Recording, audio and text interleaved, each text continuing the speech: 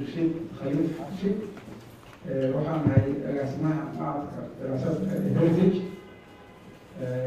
waxaan qabta isku nimid kulankani forum for ideas waxaana rasuna u ah madaxa AMISOM ambassador Francisco Madeira iyo ninkii la shaqeeyayo ninkii ahaa force commanderka ciidanka AMISOM Somalia ninka mas-uulka ahaa nin ku xiga iyo gabadha ka shaqeysa oo booliis AMISOM ciidan laga ah marka mas-uuliyiintii iyo madaxdii AMISOM aqlad. Good afternoon. My name is Al-Shabaab Hashi and I'm the Director of Heritage Institute for Forest Studies. We every 2 months or so organize roundtable discussion like this, and we invite speakers for the President of Somalia, Prime Minister Nicholas K. others. Today we have as a guest the leadership of AMISOM, Ambassador Francisco Madeira and his team, military and police senior officers. Today the discussion is the role, not the role, AMISOM mission in Somalia, achievements, challenges, and the way forward. Excellency, we have invited members of the Somali community in Mogadishu, MPs, former politicians, youth, activists, business people. We invited about more than 100 people, but because of some sort of security lockdown, many of them cannot make it to the venue, and that actually set the scene for our discussion. 10 years after the presence of AMISOM in Somalia, still, because of security challenges and the like, we have those lockdowns and the like. So today, we would like to give you the floor to share with us your thoughts on the mission and the way forward. And the rest, after your talk, we'll just take a quick break. We'll go and pray and come back. And then the members, the participants will have time to ask questions and to comment. And the way we organize our forum is to have an interactive dialogue where we all communicate and share and exchange views. So without taking much time, and we apologize for the waiting. Some of you were waiting, others were coming. I'll give you the floor, you can speak from there. Or if you want, you can come here. And then after that, we'll just take a coffee break, and then we'll come back and have the question and answer session. Thank you very much.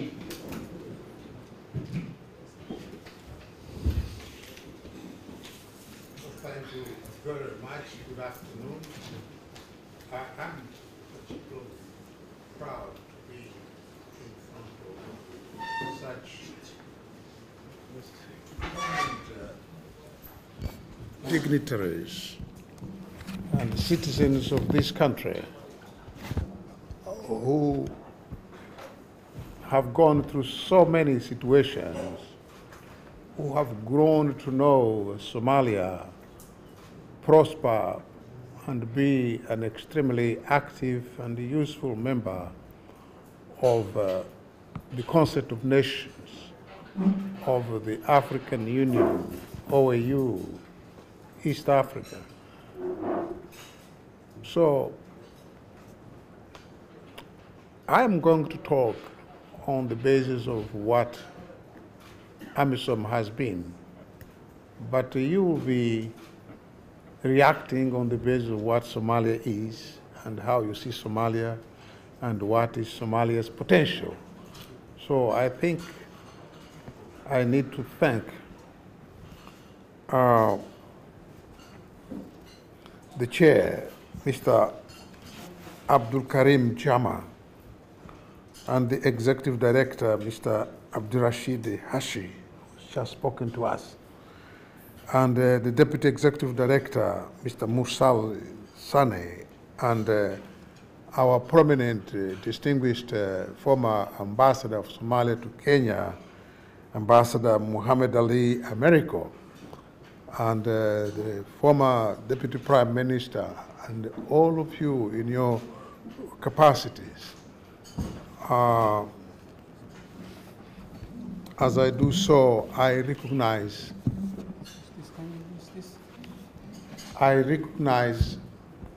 how fruitful, how substantial our discussion can be, because You know what you want for your country. You know what your country is today. You know what your country used to be. And most importantly, you know what your country can be. So it is for me also an important learning session today. So, Excellencies, I greet you, and I'll welcome you all to this roundtable discussion. I'm encouraged by the diversity in this room.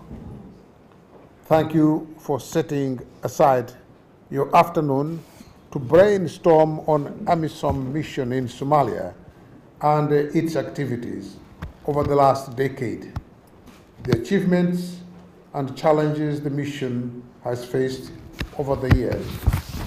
As Chair Abdul Karim just mentioned. I have here with me our force commander, the one who commands the 20,000 and so troops that we have now. We used to be 22,126. As you know, over the last year, 2017, 1,000 of us have gone back home. But I'm also joined by my deputy, the Deputy Special Representative and Chairperson of the African Union for Somalia, and I have our Acting Police Commissioner, Madame Alalu, and a number of my colleagues, experts, those who provide us with ideas, those who analyze things for us, those who help us to see clearly what is happening around us and what is best for the success of our mission. I'm informed by the organizers of this roundtable, the Heritage Institute, that the participants present here today include representatives from the civil society, the business community, the academia, Somalia's political elite, religious leaders, security experts, and the media. All are important stakeholders in Somalia's peace building and reconstruction efforts. I am certain that this meeting of minds will provide a sober evaluation of Somalia's progress to date. Collectively, we can all have a vibrant and comprehensive discussion on a wide range of issues pertaining to Somalia and AMISOM, and come up with feasible ideas on the way forward. To set the agenda for today's discussions, I will remind us of AMISOM's mandate before I enumerate some of the key achievements and the challenges faced by the mission. As some of you may recall, when first deployed in March 2007, AMISOM had an initial mandate of protecting the then transitional government and its institutions, enabling an environment for efforts at reconciliation and pertaining political processes at the time. The mission was established following a resolution of the AU Peace and Security Council passed on the 19th of January 2007, and subsequently a resolution of the UN Security Council adopted on 20 February 2007. The AU mission has since expanded, with its mandate renewed and new milestones established each year. Currently, AMISOM's key objectives in Somalia are the following: to allow Somalia to continue making progress towards the attainment of lasting peace and stability, create in the medium term an enabling environment for the political process to unfold at all levels, and further degrade Al-Shabaab Strait, so that development can take place. Also, AMISOM is supporting and training the Somali National Army and the Somali National Police Forces at federal and sub-national levels, with the aim of building a professional force whose process and capabilities match international standards. The role of the police is critical as focus shifts from the military to the restoration of law and order in the rural areas. It is not in doubt that AMISOM provided a conducive environment and essential space for the political process to unfold.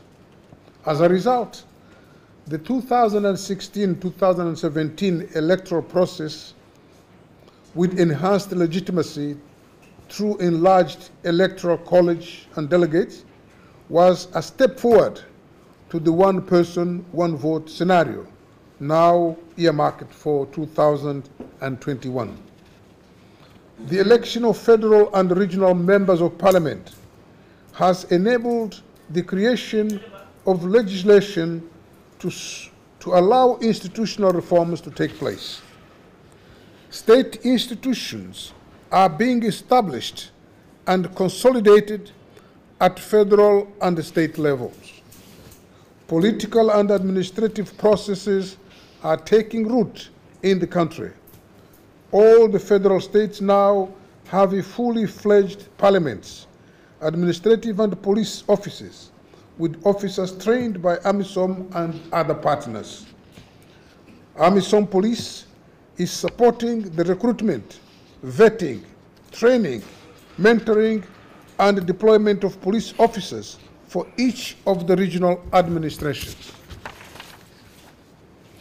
The role of AMISOM Police in support of the local police force necessitates continued support package for the Somali police force, comprising of elementary infrastructure, rudimentary equipment, and sustainment items required to sustain policing operations in the regions.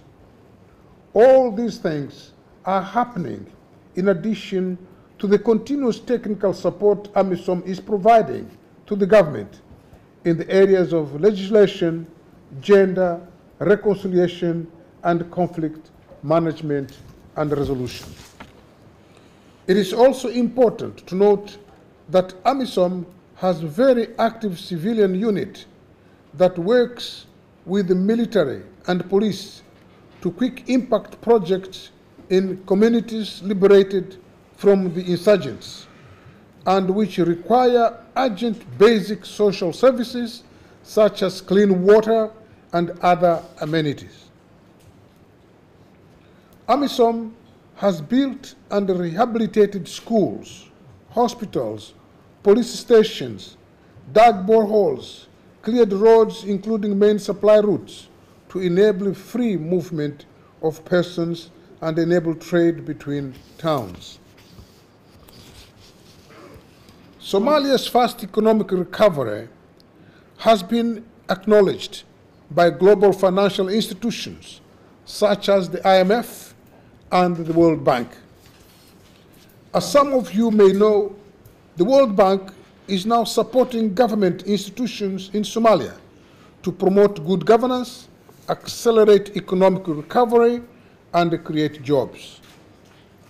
There is now a conducive environment and enhanced confidence for investment in Somalia.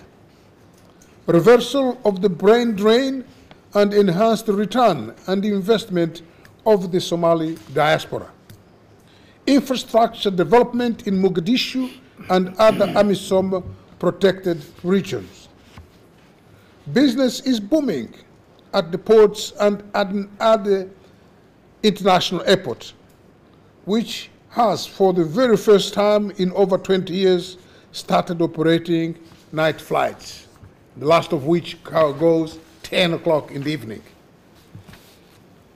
There is increased mobility and trade, increased operations of international airlines, carriers, both private and public. There is booming real estate development and construction of businesses in the country. Not forgetting the growing number of financial institutions in the country. All this is a result of the relative peace now being enjoyed across the country due to the presence of the African Union troops. Other thank the robust economy, the country is now able to host high-profile international and regional delegations, conferences, and meetings. There is an enhanced presence of foreign diplomatic missions. On the social front, Somalis can now enjoy social activities such as excursions and visits to the beach. The youth are freely participating in sporting activities now without fear. Sports, and especially football, is the single most popular sport amongst young people in Somalia. Day and night tournaments under the floodlights of Banadir Stadium in Mogadishu and other city suburbs is not uncommon. Challenges. Despite these achievements, however, there are still serious challenges on the security front, which cannot be taken lightly. This includes continued radicalization of the youth, recruitment, training, indoctrination, and ideological inducement of children to embrace violent extremism and commit acts of terrorism. We need to win back these children, as well as the hearts and minds of the populations working in cohorts with terrorism. A strong partnership for peace must be established between the government and all its people on a win-win basis. Now, challenges specific to AMISOM include the effectiveness of the force has been undermined by the lack of the bulk of the force enablers and multipliers authorized under the United Nations Security Council Resolution 2124, including helicopters which could bring about the required degree of agility and flexibility needed to adjust to Al-Shabaab changing tactics. Unpredictable funding, which has delayed certain undertakings on the security front. In order to transition effectively, AMISOM needs support to conduct the last leg of military operations to recover territory that remains under the control of Al-Shabaab. The Somali security forces are not adequately capacitated to take over the national security responsibility thoroughly. But we are making efforts so that that happens sooner rather than later. Although the drawdown of AMISOM troops entails the handover of some of the forward operating bases in the sectors to the Somali National Army, the local army must be fully capable of taking charge of these bases. Otherwise, Al-Shabaab will take them back. Now, the way forward.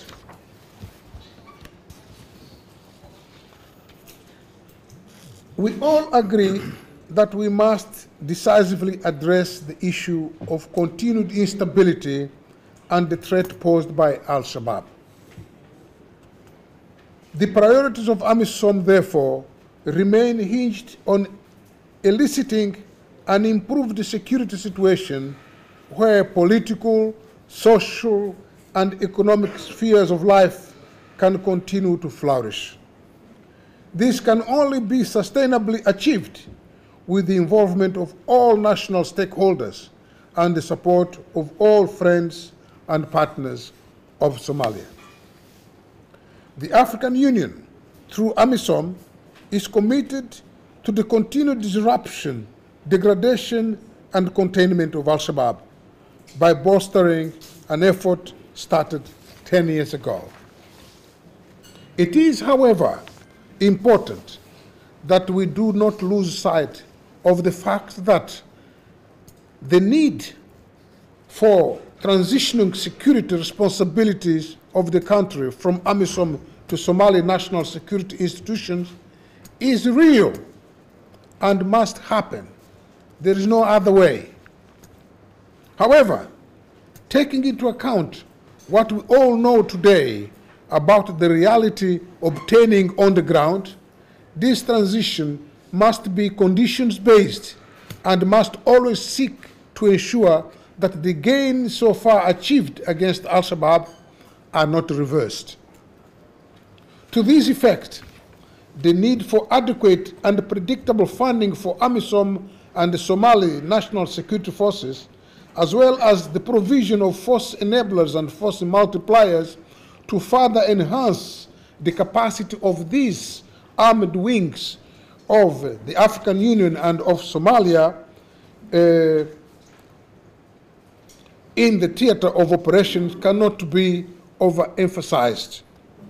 It is critical that AMISOM and Somali National Security Forces continue with their robust joint and complementary operations in order to further disrupt, degrade, and contain Al-Shabaab and other armed groups, protect population centers, open and secure main supply routes in order for the Somalis to go about their lives freely, securely, and confidently. We therefore applaud the ongoing efforts by the Transition Planning Core Group, which is working hard to come up with a realistic and feasible transition plan with which all the stakeholders can identify, and all of them are clear about the tasks expected of each one of them. AMISOM will build on the final text of the transition plan to produce its own concept of operations, which will take into account the decisions of the African Union Peace and Security Council and those of the UN Security Council regarding the transition. Empowering Somali national security forces, both at the national and the regional levels, in terms of training, mentoring, command and control, infrastructure, equipment, sustainment, and mobility must remain one of the first priorities in the transition, as only this way can Somalis hold the ground and allow government institutions to be established and provide the much-needed services to the population, as at the same time they gradually but effectively take over full security responsibility of their country. Of course, there is a lot to talk about, but I'll stop here so that we can interact and engage each other. Thank you very much.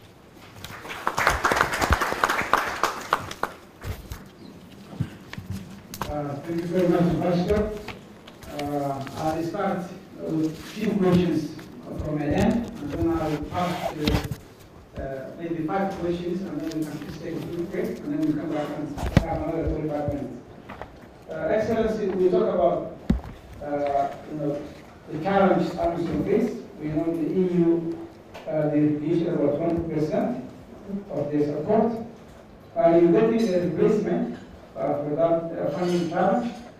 And my second question is, we always talk about transition and exit strategy, but with the same breath, or with the same sentence, we say AMISOM has challenges and SNA is not ready to resume the security. So how can you reconcile the reality that AMISOM itself requires resources to sustain its achievements, and also the fact that SNA is not ready? And actually, 2017, December 19, I think the Peace and Security Council said, in a meeting, you said, the SRA is not in a position to actually maintain forward basis.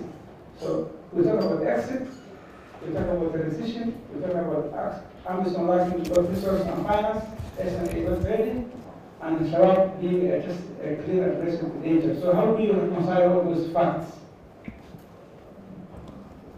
Thank you. I thought you needed to go and pray first. But if we have to continue, it's no problem. You are the... very good. I think this is the central question in our interaction. What you have to bear in mind is that the African Union decision to come to Somalia was not dictated by the partners. It was dictated by the Africans themselves, and was dictated by the realization that if Somalia remains unstable, it won't take long before we all become destabilized. So, as we were very clear about this, we looked into our pockets and we realized that the task at hand is huge and the resources are reduced. But the need for stability imposed itself. And we said, we go to Somalia with what we have. We go to Somalia with what we have, while continuing to mobilize well-wishers and partners to support this noble endeavor. When we came, we did not have everything. As we are here now, we don't have everything, but we have something that is unflinching. Determination to win, determination to put an end to Al-Shabaab. I remember that in my own country, we were fighting colonialism with very, very few means. We had to resort to Somalia to be able to defeat the Portuguese. With your help, we did succeed. So, the question is, the dilemma is, between the need to stabilize our countries and illicit development and the lack of resources, what do we do? Do we sit idle?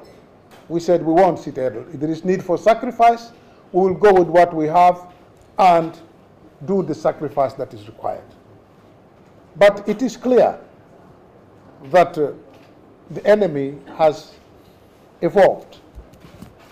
When we confronted the enemy in 2007, the enemy was determined as we were, but we had more means than it had. The enemy created its tentacles, its friendships, its alliances, and then it became clear that we need to enhance our capacities, our resources, and our means. So that's where the dilemma is. We can't stop. There's no way we can stop. We don't have all the means we need, but we have to continue. We will continue to knock at the doors of those who can help, and most importantly, we will continue to work closely with the Somalis, because no matter how much we can help you, unless and until you are determined, united, and clear, we won't succeed. We will not succeed. So it's not a war of machines. It's a war of poor people trying to affirm themselves, trying to liberate their countries from extremism, trying to stabilize the region. The challenge will continue. We hope that we'll be able to mobilize, and we hope that our partners who are also benefiting and who are going to benefit further from the stabilization of Somalia will understand that they have a role to play.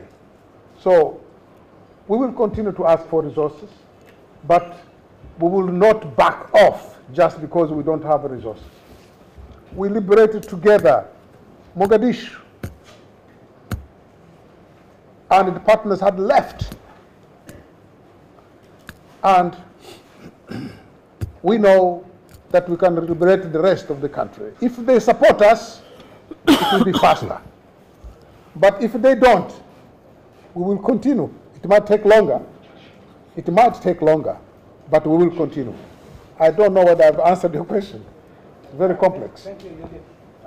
I'll just give the floor to you for just 3 or 4 questions, then we'll take a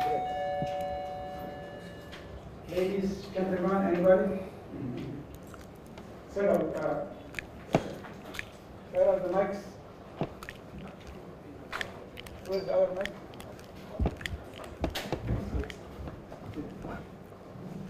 Please introduce yourself. I mean, state your affiliations.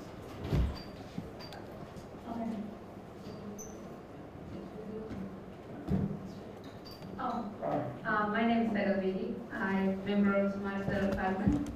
And as you said, Mr. Ambassador, you said this is not a war of machines, which means we cannot only use machines and troops and military. We have to also use other means to defeat our enemy. As we know, the AMISOM troops come from different countries. Some of them are the frontline countries.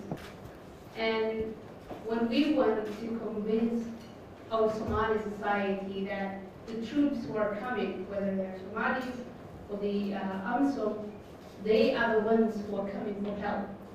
That is the picture that we need to get. So I have 2 questions, one for you and one for the Commander.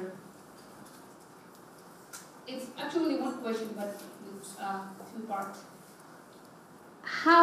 What level of cohesion exists between those countries that make up the different countries that the troops, AMISOM troops that we have in this country come from, with the leadership? We have a lot of alleged crimes, from human rights crimes to illegal trade, that a lot of sources talked about before. We have civilians who've been casualty of AMISOM troops in different countries and different areas. So, and a lot of people worry about whether that these troops who come to, and we're talking about a simple Somali person who lives in a very rural area, who's been his son shot or his daughter raped, or sees a lot of, or hears a lot of things. How can we convince that person that Al-Shabaab is enemy and everybody else is trying to help you? And how and who gives that assurance? Is it the leadership, or there is another, inside politics that also exists from the different countries that we have inside AMISOM or AU troops that we have? And not only the troops, but also the civilians that you've talked about, that yourselves, one of them. Thank you very much. Maybe we should ask 2 more questions and then we can another question. Go ahead. The gentleman, just pass the mic to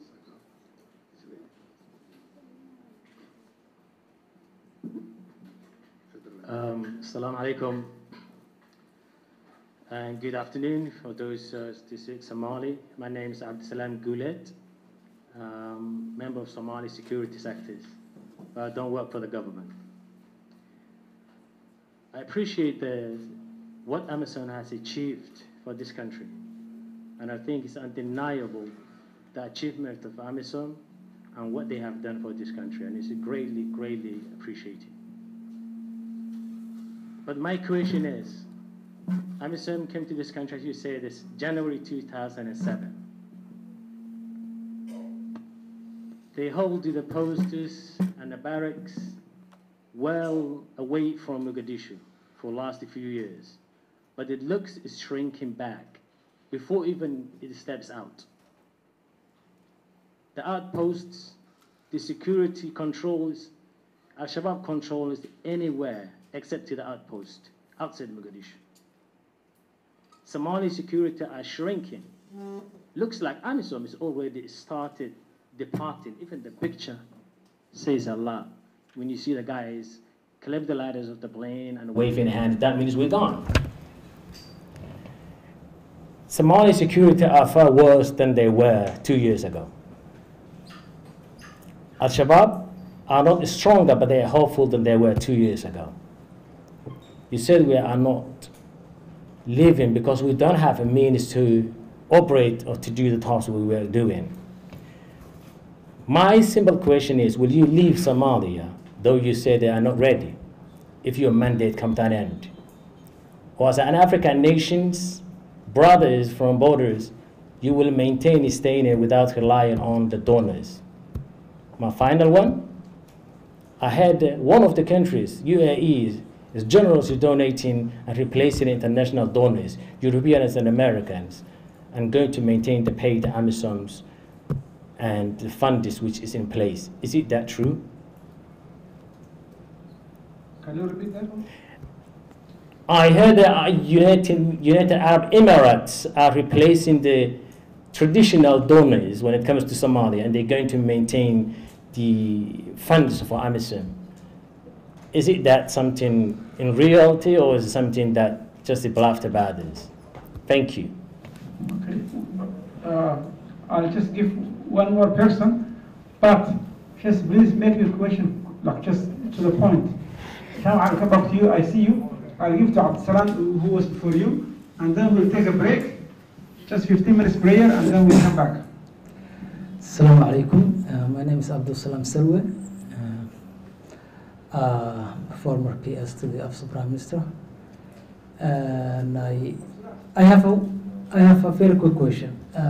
You know, back in the days when a lot of U.S. troops were dying and having a hard time in Iraq, at one day at the press conference, Donald Rumsfeld got really mad and he received a lot of questions from the reporters.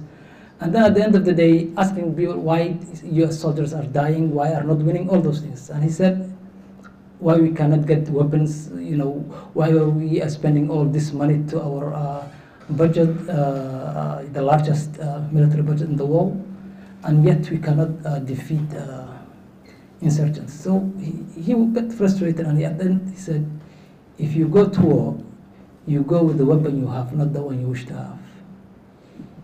Is there a time that AMISOM will say, if you go to war, you will go with the weapon you have, not the one you wish to have?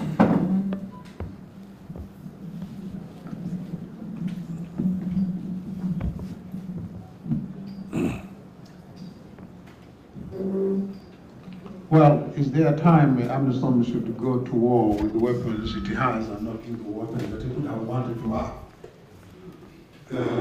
Well, we always, all of us would want to improve our situation. If we can eliminate and neutralize the enemy with a blow, we eliminate, and we save lives, we save logistics, we save many things. But if we can't, then we fight the enemy with what we have. But in the case of Somalia, who should go to war with what it has? We believe that it is AMISOM, it is Somalis, and it is partners, because we all stand to gain with a peaceful Somalia. So we have to distinguish. Other people want the house clean and in good shape and they don't want to spend a penny. And others have to give their lives to clean that house. So it is just fair and just that we say, since we're all going to benefit from peace in Somalia, we should share the burden of pacifying Somalia. So these people who say these things, we know they're around here. They're using the strait. They're doing business. They're bringing their ships at Banadir port. So if there is no peace, they can't trade here. So they are benefiting. So to say that you should fight with what you have and they just listen and watch is unfair. It's unfair. It's not correct. then don't come here. Stay away. Otherwise, you are profiteering. So this is one thing, one question. Then this is another one answer. Now,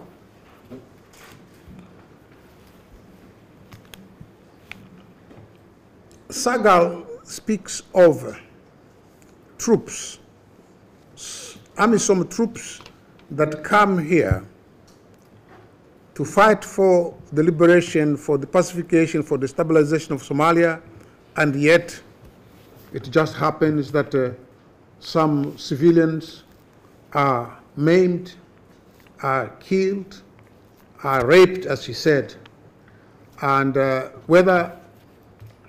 and others are doing trade, some kind of trade, instead of fighting and all that. I cannot put my hand on fire to defend criminals. But what I can tell you is that these people who are doing these things are doing it at their own risk. Not because they have not been properly trained, not because they have not been properly indoctrinated, not because they have not been educated in terms of respect of human rights, international law, international humanitarian law, and not because the African Union wants to come here and profiteer from the population in need. Before any soldier of any of the contingents come here, they are submitted to a thorough pre-deployment training in all the most important subjects of what they are going to find on the ground, particularly the need for strict respect of the integrity, physical, moral integrity of the Somalis. They get all this education, all this training. But you know, one important quality that a human being has is capacity for self-determination. Human beings can see what is good for them and do a completely different thing. You can do that, I can do that. I have the capacity to choose. This capacity, when it's properly harnessed and used, we do wonders as human beings. But when the same capacity is used for evil, for bad, we do the most terrible things. And this applies even within AMISOM contingents. But the practice, the actions of one soldier cannot be attributed to either AMISOM or to the entire contingent of component of AMISOM. So we have to distinguish this. We educate people, we train people, but they do otherwise. So they have to be made to pay for what they do. The justice system must be brought to work. And we do that. In reality, we do that. But we face challenges. Whenever we hear about somebody attempting against the physical and moral integrity of a Somali, we exercise zero tolerance. But, you know, in a democratic setup, justice is not easy. We need to be certain, beyond a reasonable doubt, that soldier A, who is alleged to have raped a Somali girl, has effectively raped that Somali girl. So, when these things happen once, twice, 3 times, the tendency is for the institution to get tarnished, saying that we're always hearing that your people are raping women. What's happening with your institution? So our argument to try to convince you that it is not the institution but the individual sometimes faces challenges. And I want to repeat to you, it is not AMISOM.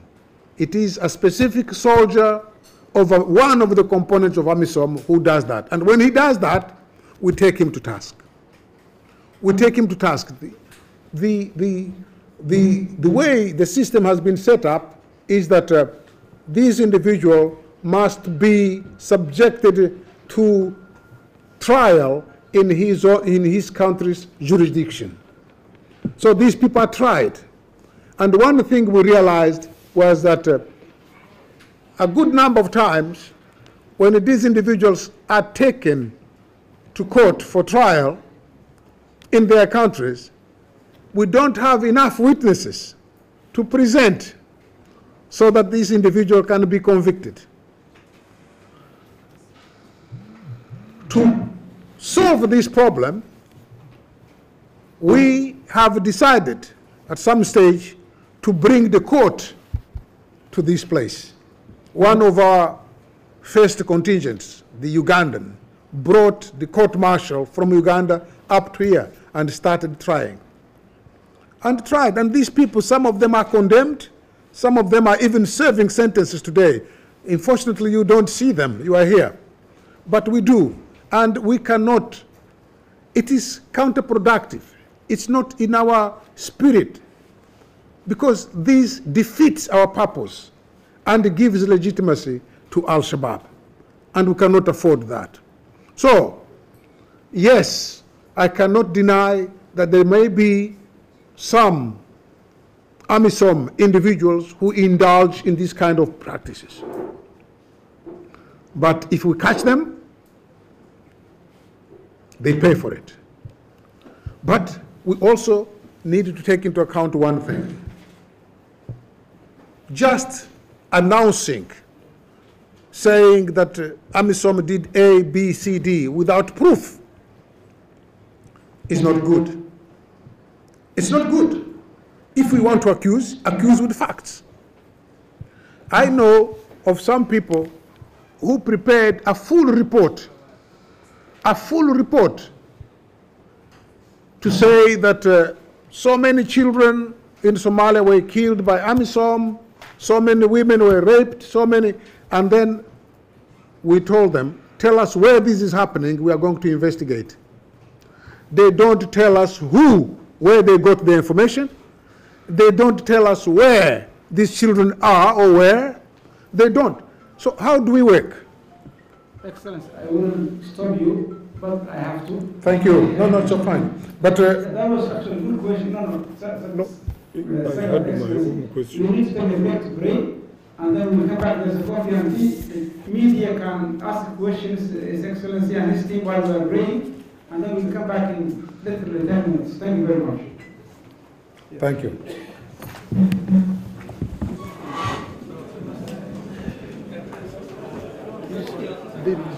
In every community, there is a black sheep. In every community, there is a black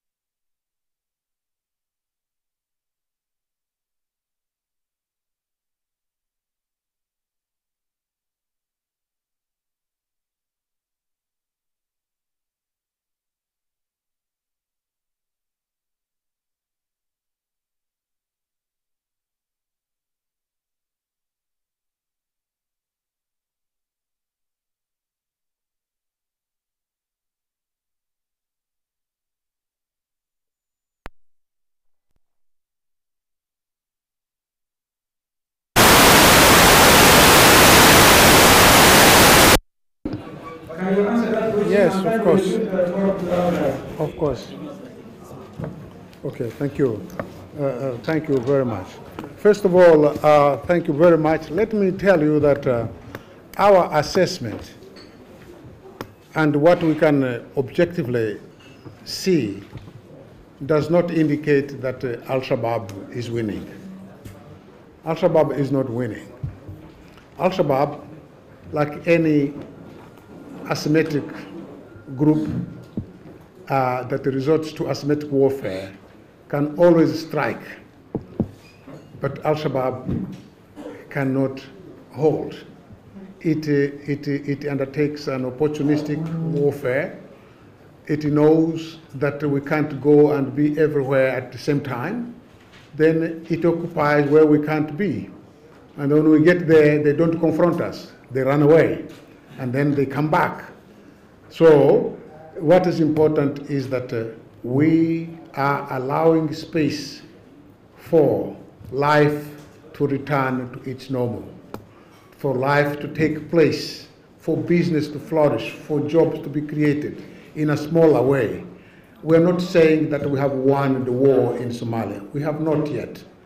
But clearly, the conditions are set for us to win this war. The only thing is that this war is not winnable without the Somalis. The Somalis in government, the Somalis as civil society, the Somalis as army and the military, the Somalis as police, and the Somalis as academics, media, and so on. The moment we are able to form this coalition, our support as foreigners will be more meaningful and will have better results. But you have to have that. If you don't have that, no matter how much and how long you can stay here, it is you who has to win this war with our support, not the other way around. This is one thing. Another is whether the Emiratis are going to provide us with the resources. Well, look, we have set up, the African Union has set up a group of special envoys in a joint venture with the UN. One African Union special envoy, a prominent African from Algeria, and one UN special envoy. The two work hand in hand. Their task is the following: mobilize the world, mobilize partners, both traditional partners and non-traditional partners, to support Somalia, to support AMISOM to carry out robust operations against Al-Shabaab in a sustainable and predictable manner with proper funding. Now, in doing so, we are open to receiving support and assistance from everywhere. So far, I have not yet received any report that Emirates has put a few millions in our coffers. When I hear that, I can share that with you. Thank you very much. I have Tama. I'll give you the mic. And then after Tama, we have Sayer Bisrat, somewhere, there she is. And then we have Miski, somewhere. And then Abdul Karim Chama up there, my boss, and Sahara Kurshi. So I have so this is the list. Maybe Abdul Karim or somebody can just give the Chama. Please make it a minute, because I don't want to intervene anybody. And then Excellency, just make it short, as short as you can.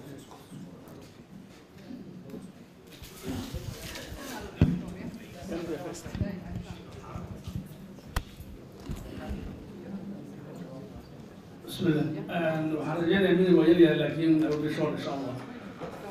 السلام عليكم ورحمة الله وبركاته. Ambassador Francisco and your group and Heritage Institute and all the delegates, thank you for coming and we do appreciate it. I have a question, but before question I would like to, my name is Jam Hassan Khalif. Mr. Ambassador, you talked about AMISOM mission and challenge, and you talked about many things about since you've been here in Somalia for the last 10 years or so. I haven't heard much about Somalia government side, the way you work as AMISOM troops, and with that I have some questions, two questions. Number one, I do believe that AMISOM troops or any other foreign troops cannot secure Somalia. But I do believe that you can provide us help. It is upon us as Somali people and our government to secure our nation. You also mentioned that Somalia rose once as a giant and beacon of Africa and supported so many Africans to get liberated, but we have not received the same thing with all our African brothers and sisters. We do appreciate everything you have done for us, but I think also you mentioned terrorism, you mentioned Al-Shabaab. Again, I do think Al-Shabaab is not the only enemy we have in Somalia who dismantle our government, whether they are our own local people, Somalis themselves, or other nationalities. So my question is this. AMISOM came here to help us, right? The question is this. Have you ever been asked, Somalia government, especially in the military department, to get Somalia military personnel to be embedded with African troops? For example, in any sector, that's the question. If you have been asked by the Somali government for the Somali National Army members to be embedded and work with you closely, not side by side fighting in the front lines, but being part of together your armored vehicles on everything. Have you ever been asked? The second thing is this. You did not mention, well, I'm not making that point like a weak point, about your exit strategy in Somalia. You haven't explained well. Can you explain well what other steps are and when you're going to finish your mission in your strategy? That's my two questions. I have to actually come here so I can control. Let me ask questions quickly. Who's next?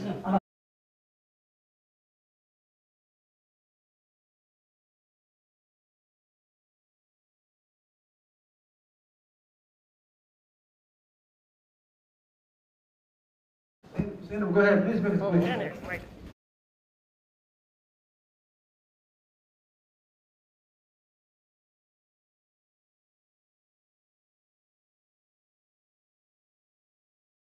Good afternoon and Assalamu alaikum. I have a couple of questions. One relates to the financial aspect of AMISOM. A lot of money is spent on AMISOM troops and the whole operation. On the other hand, that means that there are very little money for training and also recruiting Somali troops.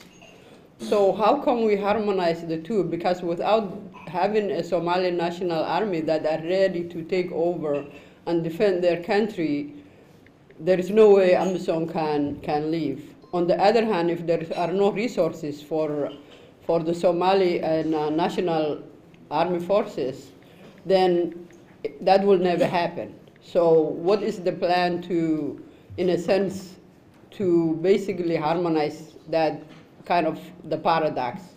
And my second question is about 3-4 years ago, the Somali AMISOM and Somali National Army used to be in offense in regarding to Al-Shabaab and used to liberate a lot of areas. However, in the last 2 years, there were very little movement, if any, to liberate new areas. On the other hand, it has been like hide and seek game that has been going on, meaning that AMISOM troops will leave certain areas, Al-Shabaab will come back, and then after a while they will go back, and then back and forth. My concern is also what are, in terms of policy and in terms of resources or capacity, why is that happening? And we also know that the last couple of years, a number of AMISOM bases have been attacked by Al-Shabaab. Instead of AMISOM and Somali troops being in the offense, they have been in defense. So what is that, I mean, basically due to policy related, or is it also resource related or capacity related? I just want to know. Thank you.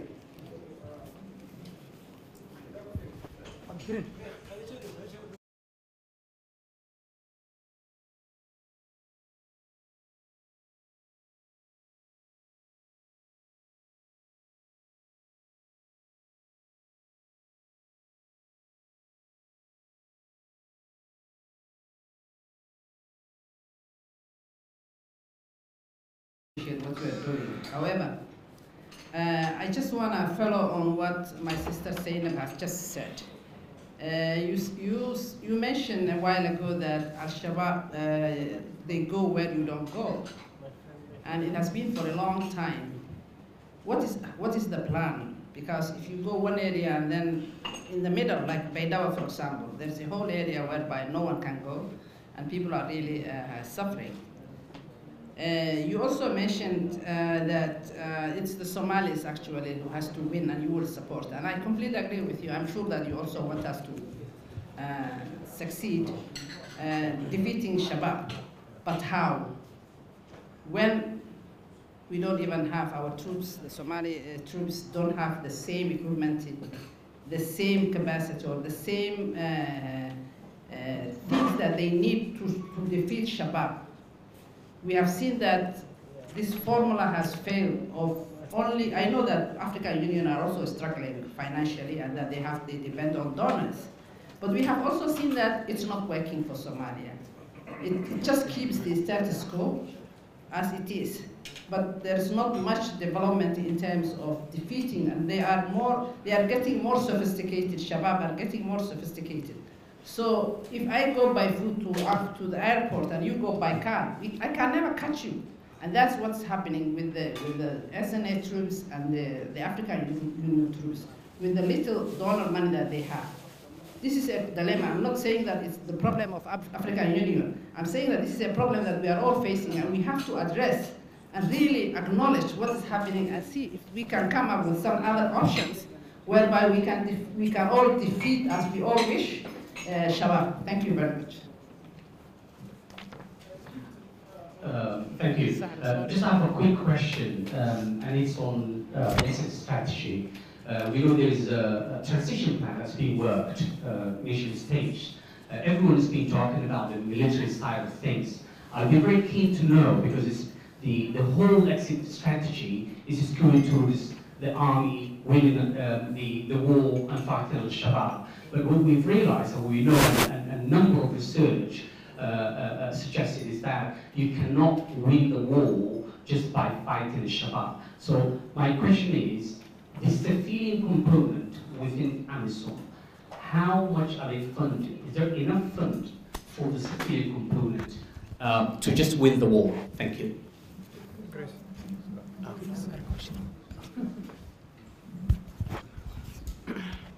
A very good afternoon, ladies and gentlemen. Assalamu alaikum. My name is Sahra Ahmed Korshin.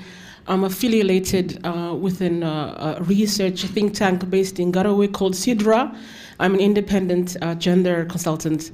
I'm actually doing research currently, and that's why I'm in Mogadishu on Somali women, peace and security. Thank you very much, Ambassador, for a very elaborate presentation of some of your greatest achievements and the challenges that you face in the 10 years that you've been working in Somalia.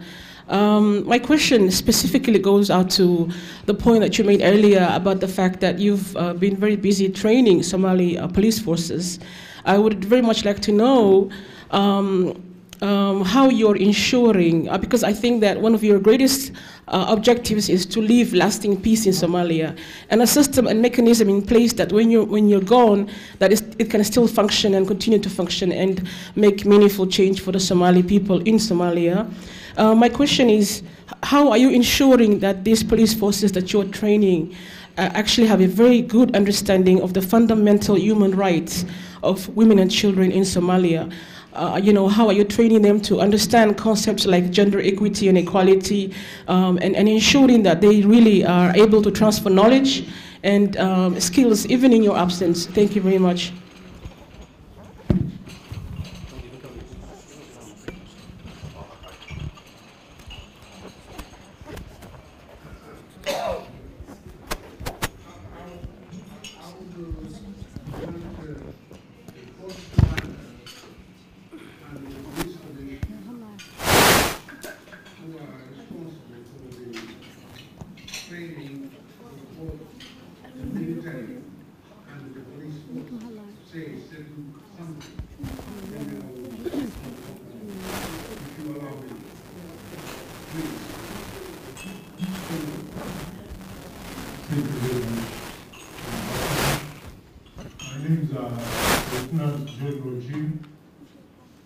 And I'm from Uganda People's Defense Forces. Right now I'm the Force Commander. I would like to answer a question. AMISOM training and giving confidence to the Somali National Army. I'm 1 month old here, but I can assure you that I've been operating, fighting alongside with the SNL in my operation in Lower Shabelle. And this is to give them confidence, to know that they have to fight, take over the security of the country, their country, and protect the people of Somalia and their property. As far as training is concerned, Uganda has trained 4,728 officers, senior NCOs, and soldiers. The only thing we have to do right now is to organize them into fighting sections, platoon, company, and then battalions, and identify the commanders to command those sections, platoons, companies, and battalions. Right now, the main problem has been lack of command and control. And once we train the section commanders, platoon commanders, company commanders, and then battalion commanders, they will have that hierarchy of command and control. What we need is to have a general recruitment involving all Somalis. All Somalis. We are trying to draft a syllabus for recruits, senior NCOs course, company commanders course, then bring our partners on board. We look at their training syllabus, the Dutch, the British, the Americans, and we see what is good for Somalia. You can't have all these training groups going on in a country and you expect to have one doctrine.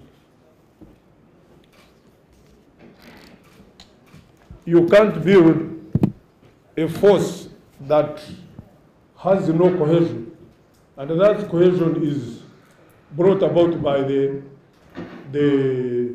doctrine itself. What the ambassador was talking about, winning the war.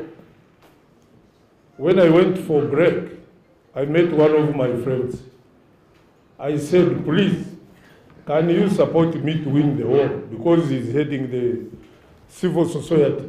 He said, I cannot support you unless you promise me that you are going to operate with the Somali National Army, train them, and give them confidence when you are leaving.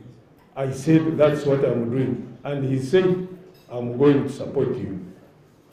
I welcome your support, and I'm ready to do everything that you need. Thank you, thank you. Police Commissioner. Thank you, Ambassador. The question is from my sister that yes, you see there is a training of the police. You mentioned that, but you're wondering if we are training them on human rights, on gender, and on handling cases of children and vulnerable persons. And I just want to inform you that I think that is one of our mandates, to ensure that the children and the vulnerable persons' rights are protected.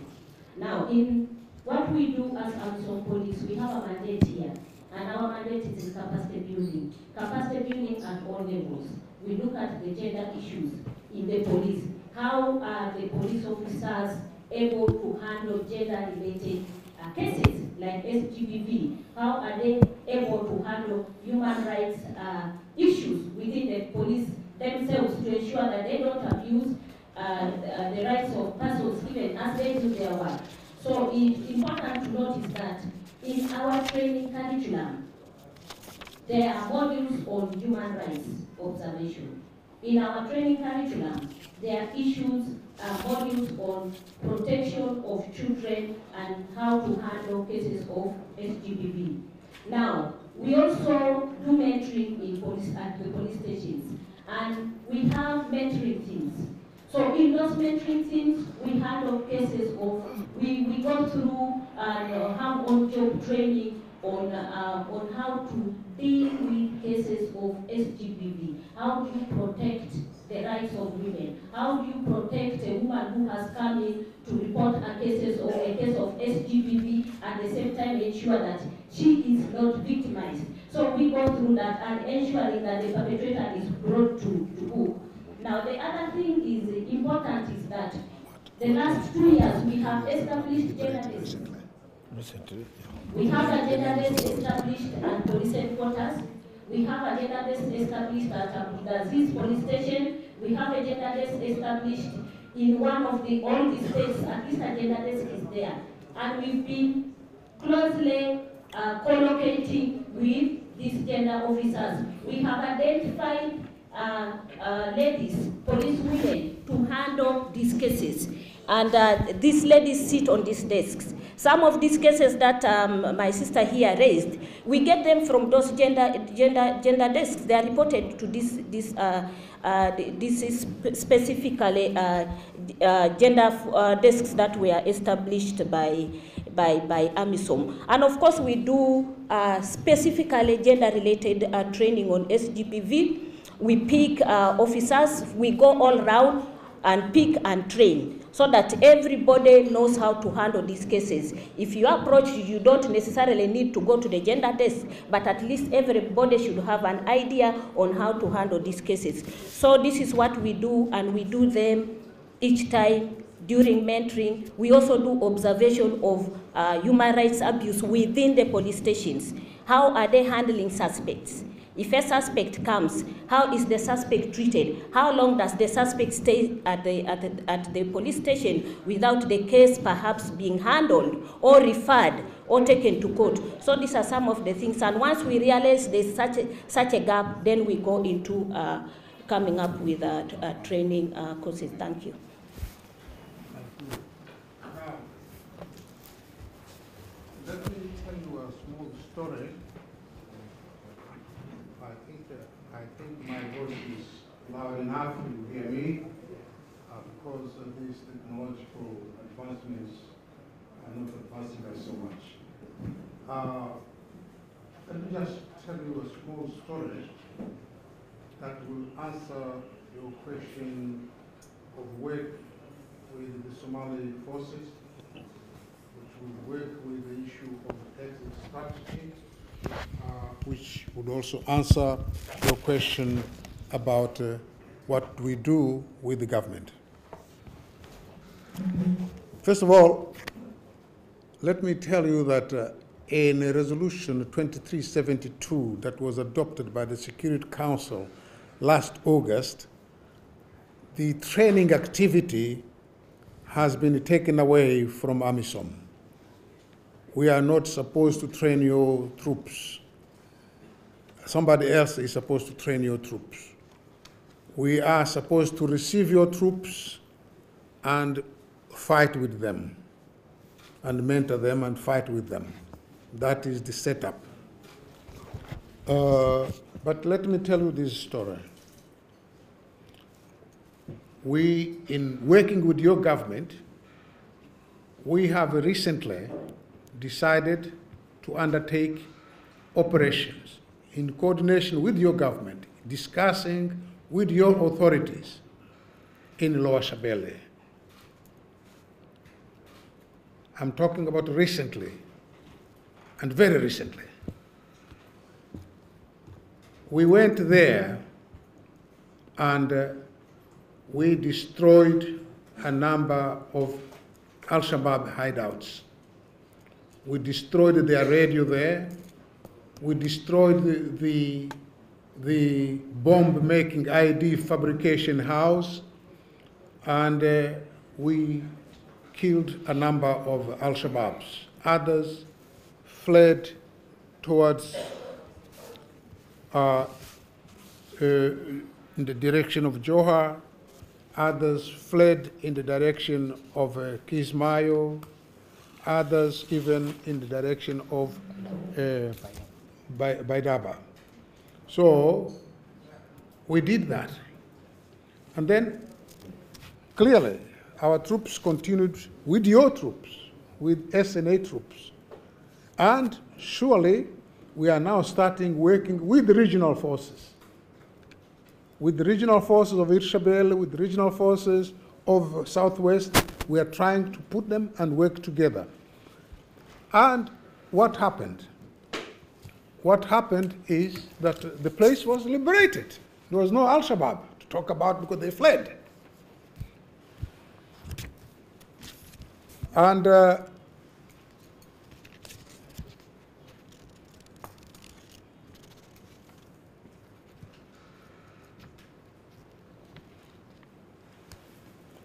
then a number of them were controlling these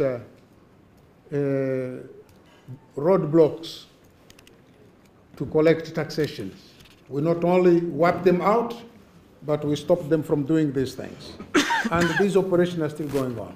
Now, what is the phenomenon happening on the ground? Is that we liberate a town, we liberate a community, we liberate, but we cannot stay there. We have to continue going and chasing these people. And there is nobody there to hold onto that town. There is no administrators to manage the population, to take care of the needs of the population.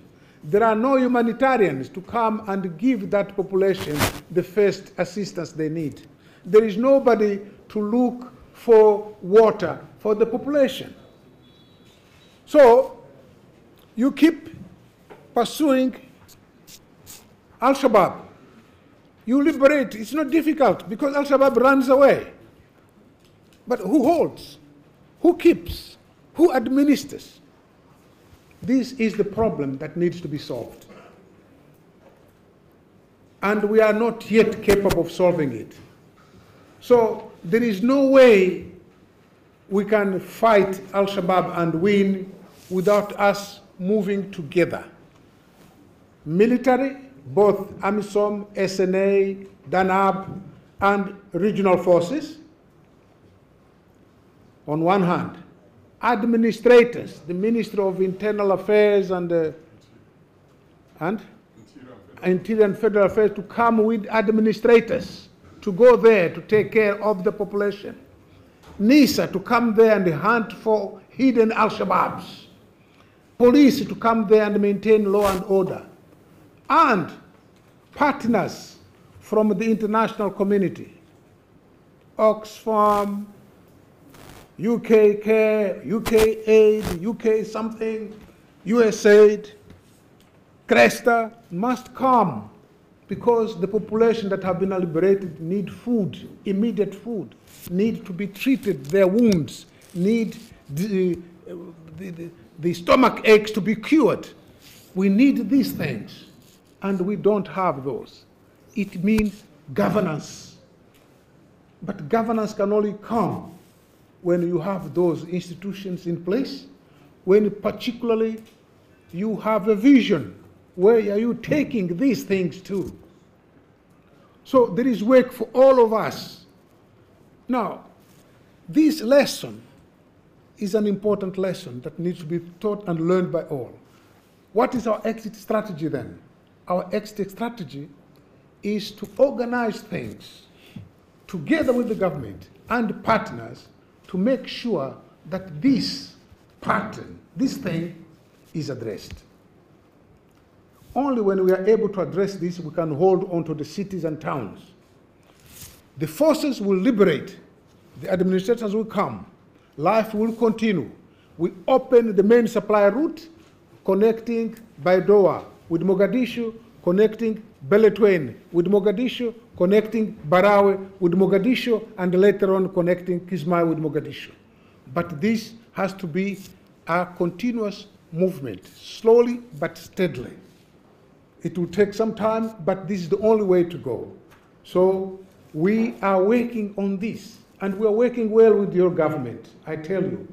And there is one interesting thing we're having with the government, is that your government is open to scrutiny.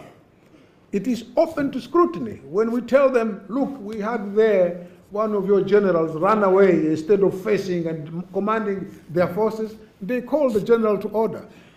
It is already happening. It wasn't happening some time back.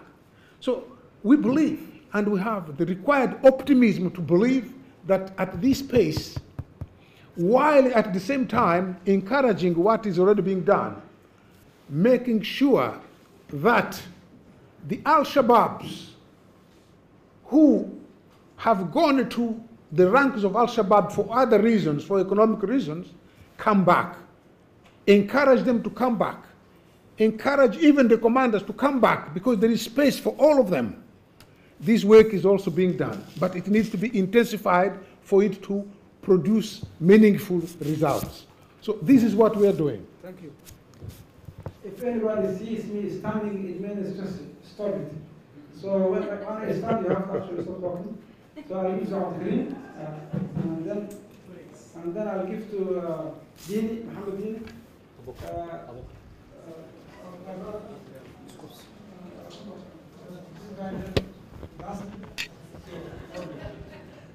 So you have to sit down so I can talk. Okay. My name is Abdul Karim Jama, and I share the appreciation of the sacrifices and the contribution of AMISOM with my brothers and sisters ahead of me. Some of the questions I had were asked by my sisters Zainab and Khadija. You mentioned, Ambassador, that in Lower Shabelle, the places you went to, you liberate some area and there is nobody to hold it, and there are no humanitarian assistants or administrator. One of the members of parliament was talking the other day that Shabaab comes back, creates problems for those people, and sometimes one wonders if there was any benefit to such an exercise. So would it not be better not to do those movements until such time that there is appropriate plans made for holding and providing the necessary assistance? Actually, I would have liked to hear from the members of the security sector who are sitting here, from the head of the Defense Committee of Parliament and others. Back to the exit strategy and how this problem is to be solved, Abdul Rashid may have mentioned, but Heritage had a study where they mentioned there was no, AMISOM could not defeat Al-Shabaab militarily or something to that effect. There was a report a few months back, and you mentioned just as much. We hear the United States is now negotiating with Taliban to find a solution in Afghanistan after so many years of fighting. Is there any discussion, and maybe this partly to the Somali government, any discussion of looking anything other than a military solution to this problem, or to complement the military solution? And in negotiation, there were clear discussions in the past where some governments put it as a red line to talk to Al-Shabaab or to find a solution. But it doesn't give us any pleasure after 10 years, like Khadija said. I see he's standing. After 10 years of fighting, and you have Somalis dying, whether they are on that side of the line or this side. So finding a solution, if there is no military solution, I think is something very important. And finally, is AMISOM or the African Union more appropriately doing anything to help the SNA? Are there any plans? For example, we know the Alpha forces or some of the Somali elite forces get 300 or something like that a month, and they perform in a very effective way. Is there any plans to get, for example, an upgrade to the Somali national forces with salaries, maybe 1/3 or 1/4 of that of AMISOM soldiers, so that they can step up to the plate and take over those responsibilities? Thank you. Thank you very much. The questions.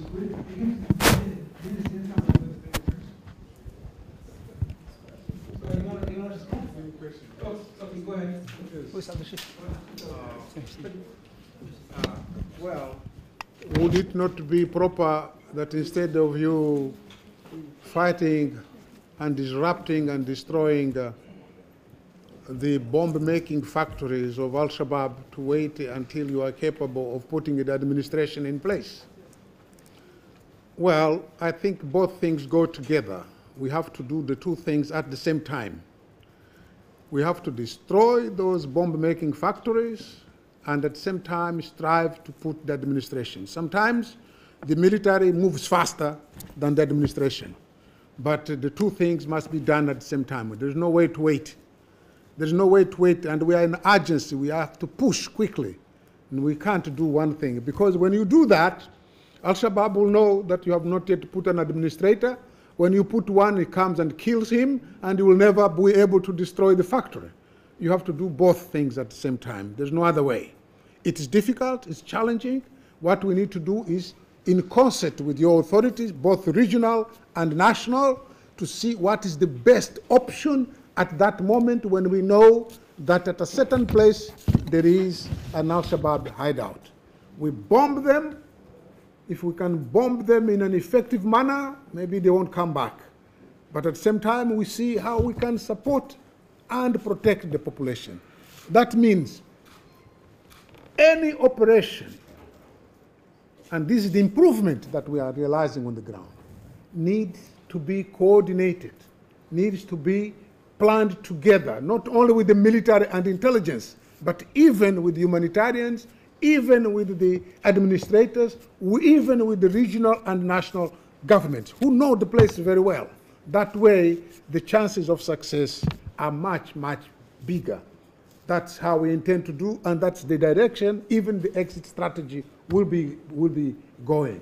Now, are there other ways of handling these problems, which is not just military? As I told you, AMISOM has got 3 components. It has a military component, it has a police component, and it has a civilian component. It is out of the understanding that problems of this kind cannot be solved just with guns, that we have these 3 components. And they are operating together and at the same time. We are involved in counter-violent extremism, in de-radicalization. We're involved in efforts for reconciliation, together with IGAD, together with others, and we are involved with a number of other issues. Perhaps the real question you are putting is, if you can't defeat Al-Shabaab, why don't you talk with them? Maybe that is the question I see that you are putting.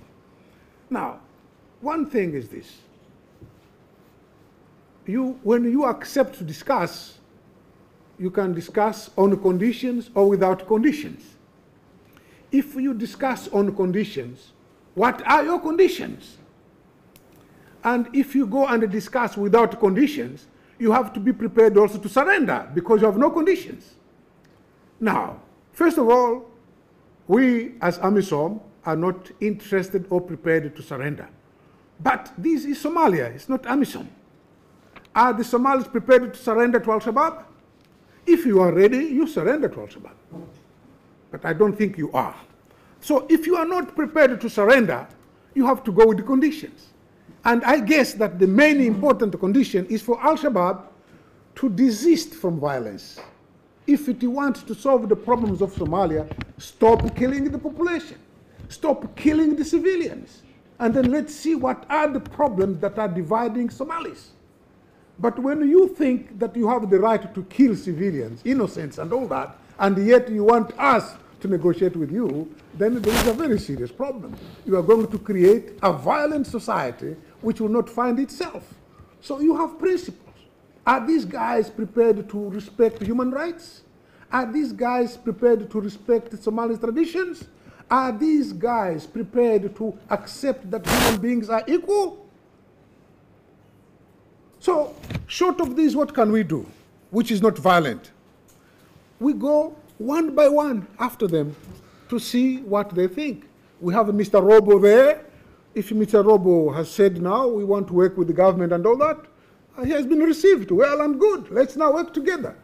And then we go one by one, one by one. Those who have space for us to work together, we can even help them. We can help them. That's the only way to go. Otherwise, you surrender. If you want to surrender, tell us, but we have not come here for you to surrender to Al-Shabaab. Our colleague is requesting we end this session around 5:40. We have 5 minutes, so literally I'll give you 1 minute. Thank you very much. Okay, I try my best. My question is to the ambassador, and I hope you also open to scrutiny.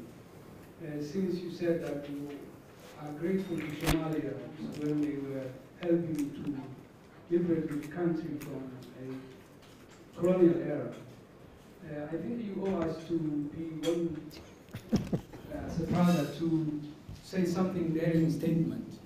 My question to you is, can you on the televised program say who has the biggest influence on policy decisions, either from the donor who pays you operations or the AU leadership or the Somali government? We will test you whether you are open to the scrutiny. Thank you. Well, thank you. I'm open to scrutiny in such a manner that you are questioning me, you are putting all the questions and I'm answering them.